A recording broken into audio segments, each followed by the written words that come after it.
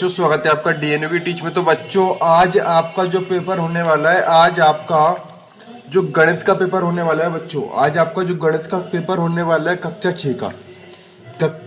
6 का आपका जो गणित का पेपर होने वाला है, वही पेपर में आप पूरा का पूरा लेकर आ चुका हूँ। आपका एकदम वायरल पेपर यहाँ पर जो कक्षा 6 की आपके गणित का पेपर होने वाला है, वार्षिक गणित का आपका जो वार्षिक पेपर होने वाला है आपका 28 फरवरी को मतलब आज ही आपका जो पेपर होने वाला है आपका, ठीक है।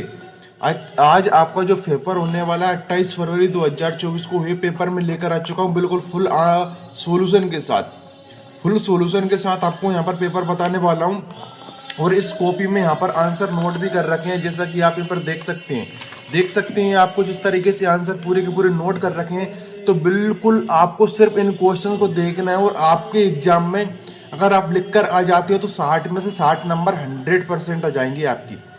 100% आपके 60 में 60 नंबर आ जाएंगे। वीडियो को ज़्यादा से ज़्यादा शेयर कर दीजिएगा। और आपने अभी तक टेलीग्राम को ज्वाइन नहीं किया, टेलीग्राम को ज्वाइन कर लीजिएगा। और चैनल पर ना हो तो चैनल को सब्सक्राइब कर लीजिएगा। और इस वीडियो को ज़्यादा से ज़्यादा अपने सभी दोस्तों को शेयर करिएगा, जिससे आपका क्या होगा कि आपके दोस्त भी इस पेपर का पूरा लाभ उठा पाएंगे, ठीक है। तो वीडियो को जल्दी शेयर कर दो, वीडियो को लाइक कर दो। अगर लाइक से हमारे लिए कुछ नहीं होता, सिर्फ हमारे मोटिवेट के लिए आप लाइक कर सकती हैं, जिससे हम आपको क्या करेंगे, आगे भी जो भी पेपर होगा उसके भी आपको क्वेश्चंस हम प्रोवाइड करा सकें, आप तक पहुंचा सकें। तो वीडियो को शेयर करते जाइएगा। यहाँ पर हम बिना टाइम वेस्ट किए यहाँ पर देखते हैं क्वेश्चंस आपको यहाँ पर क्या कुछ दे गए हैं। यहाँ पर मैं आपको बता रहा हूँ, जैसे कि आप यहाँ पर देखें तो पूरा का पूरा क्वेश्चन पेपर में आपको यहाँ पर लेकर आ गया हूँ। जैसे कि आप समय 2.5 घंटे वार्षिक परीक्षा 2024 कक्षा 6 विषय गणित। तो ये आपका पूरा का पूरा पेपर वायरल हो गया था। तो यहाँ पर मैंने आंसर क्वेश्चंस पूरे नोट कर रखे हैं, पूरा का पूरा क्वेश्चन पेपर आप यहाँ पर देख सकते हैं। तो आपको यहाँ पर जो दे रखा है आपको कि बहुविकल्पी प्रश्न, सबसे छोटी प्राकृतिक संख्या है। सबसे छोटी प्राकृतिक संख्या कितनी होती है आपकी? 1 होती है, क्योंकि यहाँ से 1 से ही आपकी स्टार्ट होती है। तो आंसर मैंने उत्तर पुस्तिका में भी नोट कर रखे हैं, उत्तर पुस्तिका में मैंने भी आंसर नोट कर रखे हैं। तो आप यहाँ पर देख पाएंगे सबसे छोटी प्राकृतिक संख्या। तो यहाँ पर आपकी प्रश्न नंबर 1 का उत्तर क्या हो जाएगा? आपका 1 हो जाएगा। प्रश्न नंबर 1 का उत्तर क्या हो जाएगा? 1 हो जाएगा। दूसरे प्रश्न की तरफ बढ़ते हैं। तो एक संख्या, दूसरा प्रश्न आपके लिए यहाँ पर क्या दे रखा है?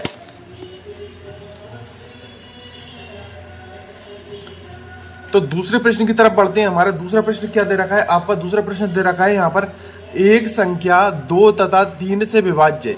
क्या है? एक संख्या 2 तथा 3 से विभाज्य है, तो वो ये सदैव विभाज्य होगी। किससे होगी? इनका गुणनफल करके देखो, 2 × 3, 3 दूनी कितने से होगी? वो 6 से भी होगी। तो दूसरे प्रश्न का आपका उत्तर 2 में क्या लिखना है? 6 से। क्या लिखना है आपको? 6 से भी हुई संख्या क्या होगी? विभाज्य होगी। इसके बाद आप यहाँ पर देख सकते हैं अगला प्रश्न क्या दे रखा है आपका। अगला प्रश्न आपको यहाँ पर दे रखा है, अगला प्रश्न आपको यहाँ पर दे रखा है कि आधे घूर्णन के लिए कोण का माप क्या है? आधे घूर्णन के लिए कोण का माप होता है फुल के लिए आपका यहाँ पर क्या होता है? 360 डिग्री। और आधा घूर्णन कितने का बनता है? आपको 180 डिग्री का बनता है। तो 180 डिग्री में आपका जो कोण होता है वो कौन सा कहलाता है? उत्तर नंबर 3 में लिखना है, ऋजु कोण। ऑप्शन क्या दी गई थी आपकी? न्यून कोण नहीं होता है, क्योंकि 90 से कम होता है। समकोण एग्जैक्ट आपका 90 डिग्री होता है। जो ऋजु कोण होता है 90 से अधिक होता है, और 180 आपका 90 से अधिक होता है, और आपका 180 से कम होता है, वो क्या कहलाता है? आपका अधिक कोण कहलाता है। लेकिन ऋजु कोण कितना होता है? 180 डिग्री बनता है आपका, ठीक है। तो जो कितना कहलाता है आपका? 180 डिग्री वाला ऋजु कोण कहलाता है। इसी को हम सरल कोण भी कहते हैं। तो उत्तर नंबर 3 में आपको लिखना है ऋजु कोण। इसके बाद आप यहाँ पर देखेंगे क्वेश्चंस आपको यहाँ पर दे रखा है, क्वेश्चंस आपको यहाँ पर दे रखा है कि पूर्णांक संख्या 0 का पूर्ववर्ती होगा। तो पूर्णांक संख्या 0 का पूर्ववर्ती आपको क्या हो जाएगा? 0 से पहले क्या आएगा? को -1 आता है। क्या आता है? -1 आपका राइट उत्तर हो जाएगा। उत्तर नंबर 4 में। वीडियो को ज्यादा से ज्यादा शेयर करते जाइएगा। इसके बाद आपको यहाँ पर क्वेश्चन पूछा गया है, क्वेश्चन आपको यहाँ पर पूछा गया है कि एक संख्या x में से 3 को कम करना हो तो इसे दर्शाइए। तो x में से किसको करना है? इसे 3 को कम करना है। तो आपका यहाँ पर जो आपका बी नंबर का जो आपको उत्तर दिख रहा है, ए आपका राइट उत्तर हो जाएगा। x - 3 आपका एकदम राइट उत्तर रहेगा।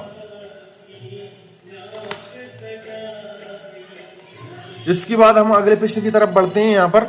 तो अगला प्रश्न आपके लिए यहाँ पर दे रखा है, जैसे कि मैं आपको यहाँ पर इसको सही तरीके से कर देता हूँ। पूरे के पूरे नोट कर रखे हैं आपको यहाँ पर क्वेश्चन पेपर पूरा का पूरा, तो आप पेपर देख पाएंगे। अब तो इसमें मैं आपको अब कहाँ पर बताऊंगा, आपको प्रश्न क्रमांक आपका जो भी 6 है, ठीक है, आप यहाँ पर देख सकते हैं। इसमें प्रश्न क्रमांक 6, प्रश्न क्रमांक 6 आप यहाँ पर देख रहे होंगे, ठीक है।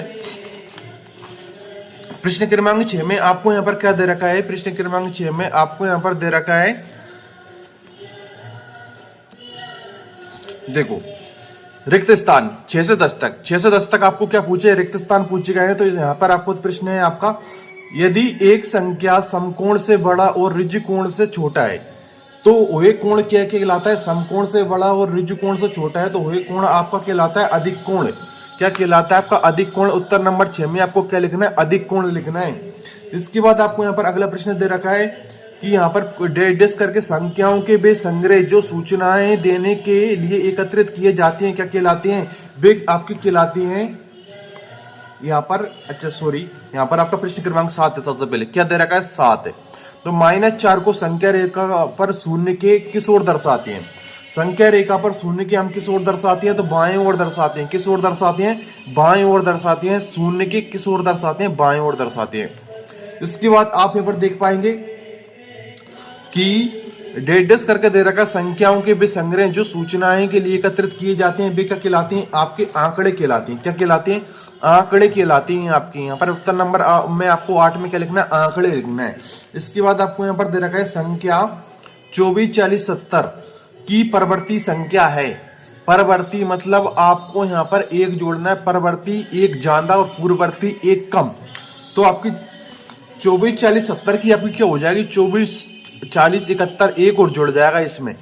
इसके बाद आपके यहाँ पर एक नंबर वाले क्वेश्चंस कंप्लीट हो जाते हैं, बहुविकल्पी प्रश्न हो जाते हैं, आपके रिक्त स्थान कंप्लीट हो जाते हैं। इसके बाद आपको यहाँ पर प्रश्न क्रमांक हम 11 से देखते हैं। कहां से देखते हैं, प्रश्न क्रमांक 11 से। प्रश्न क्रमांक 11 से आपके अति लघुत्तरी प्रश्न स्टार्ट हो जाते हैं, प्रश्न क्रमांक 11 से 16 तक। तो संख्या 15 से छोटी सभी अभाज्य संख्या है, तो सभी 15 से छोटी सभी अभाज्य संख्या क्या हो जाएंगी, 15 से छोटी अभाज्य संख्या एक ना तो अभाज्य संख्या की श्रेणी में आता है ना ही भाज्य में आता है, तो कितना हो जाएगा, 2, 3, 5, 7, 11, 13। तो अभाज्य संख्या क्या होती है, जिसके सिर्फ स्वयं ही गुणनखंड होता है और एक से तो सब में भाग जाएगा ही। तो जिसके सिर्फ ऐसा ही परिभाषा होती है इसकी, जिसके सिर्फ 2 गुणनखंड होते हैं, एक और स्वयं वही संख्या, वो क्या कहलाती है, अभाज्य संख्या। भाज्य संख्या वो कहलाती है जिसके 2 से अधिक गुणनखंड होते हैं, भाज्य संख्या कहलाती है, ठीक है। या इसकी परिभाषा एक और होती है कि एक और स्वयं संख्या को छोड़कर अन्य किसी संख्या से विभाज्य वो क्या कहलाती है, आपकी भाज्य संख्या कहलाती है। इसके बाद आपको यहाँ पर क्वेश्चन पूछा गया है कि 10 से छोटे 4 पूर्णांक लिखिए। तो 10 यहाँ पर क्या, लेकिन आपको यहाँ पर ध्यान देना है -10 से छोटे, किससे, -10 से छोटे। तो इसके -10 से छोटे आपके क्या हो जाएंगे, -11, -12, -13, -14 है पूर्णांक 10 से छोटे। यहाँ से मत के लिए सर आपने -10 है, आप कितने क्या कुछ बता रहे हो, -10 से छोटा तो -9 होगा, -8 होगा, लेकिन ऐसा नहीं होता। माइनस में जितनी संख्या बड़ी होती है उतनी ही क्या हो जाती, कम होती जाती है, ठीक है। इसके बाद क्वेश्चन दे रखा है यदि x का मान 4 दिया है तो x + 5 का मान क्या होगा। देखो यह दिया है आपका x का मान 4, तब x + 5 का मान ज्ञात करना है। तो x + 5 में x की जगह पे क्या रखेंगे, हम 4 रखेंगे। 4 और 5 कितने हो जाएंगे, आपके 9 हो जाएंगे। इसके बाद आपको यहाँ पर दे रखा है कौन सी संख्या रामानुजन संख्या कहलाती है। तो जो रामानुजन संख्या यानी कि मैजिक नंबर के नाम से भी हम इसको जानते हैं, रामानुजन संख्या कहलाती है आपकी 1729, 1729 है वो संख्या, ठीक है। वीडियो को शेयर कर दो ज्यादा से ज्यादा। इसके बाद आपको यहाँ पर दे रखा है 35 और 50 के बीच में कितनी पूर्ण संख्या है। तो 35 और 50 के बीच में आपकी कुल कितनी पूर्ण संख्या होंगी, 14 पूर्ण संख्या निकल कर आएंगी। आप गिन लो, काउंट कर लो, 36, 37, 38, 39, 40, 41, 42, 43, 44, 45, 46, 47, 48, 49, तो कितनी आएंगी, 14। इसके बाद आपको यहाँ पर क्वेश्चन दे रखा आकृति में, तो ये आपको मैं प्रश्न क्रमांक 15 से आपके क्वेश्चन बच रहे हैं। तो इनके आंसर भी आपको बहुत जल्द देखने को मिल जाएंगे। पूरा क्वेश्चन पेपर बता दूंगा 17, 18, 19, 20 और आपका प्रश्न क्रमांक 26 तक ही मैं आपको क्लियर करवा दूंगा, जिससे आपके पूरे के पूरे नंबर आ जाएंगे। तो आप उसको भी देख लीजिएगा। इसके बाद आप क्या करेंगे, आपको जो अंग्रेजी का पेपर है उसको भी आप अच्छे से नंबर लाना चाहते हो तो आप क्या वीडियो को शेयर कर दीजिएगा, और चैनल पर ना हो तो चैनल को सब्सक्राइब करके रख लीजिएगा। और सब्सक्राइब करने के बाद नोटिफिकेशन बेल को भी प्रेस कर लीजिए, जिससे आपको इसी तरह की वीडियो मिलती रहे और आप चैनल पर नए हो तो क्या है, आप इस वीडियो को बिल्कुल अपने सभी फ्रेंड को शेयर करने के बाद वीडियो को लाइक अवश्य कर दीजिएगा हमारी मोटिवेशन के लिए। टेलीग्राम ग्रुप सभी साथी को ज्वाइन करना है, उसके लिंक वीडियो को डिस्क्रिप्शन में। तो मिलते हैं नेक्स्ट वीडियो में। Thank for watching video.